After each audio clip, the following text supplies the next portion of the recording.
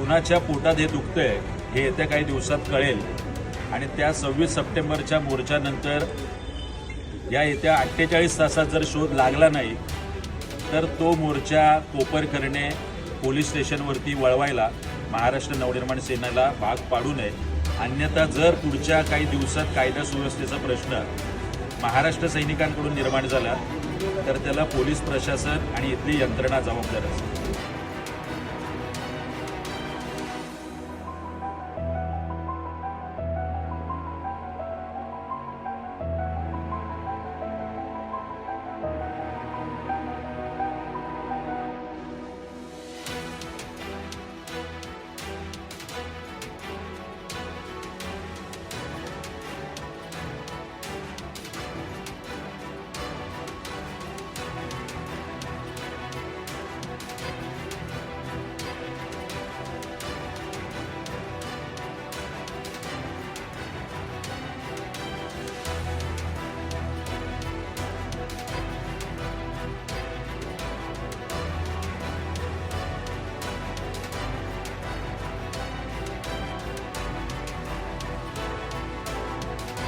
करणे विभागाच्या माध्यमातून येत्या 26 सप्टेंबरला कोपरखैरणे वॉर्ड ऑफिसवर एक जन आक्रोश मोर्चा आम्ही काढणार होतो.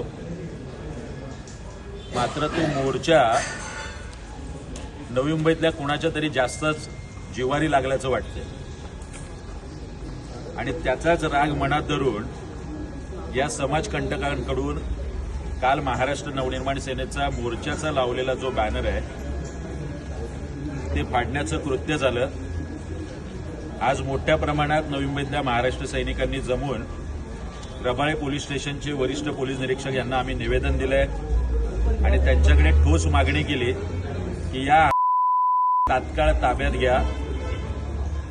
अन्यथा जर पुढच्या काही दिवसात कायदा सुव्यवस्थेचा प्रश्न महाराष्ट्र सैनिकांकडून निर्माण झाला तर त्याला पोलीस प्रशासन आणि इथली यंत्रणा जबाबदार असेल.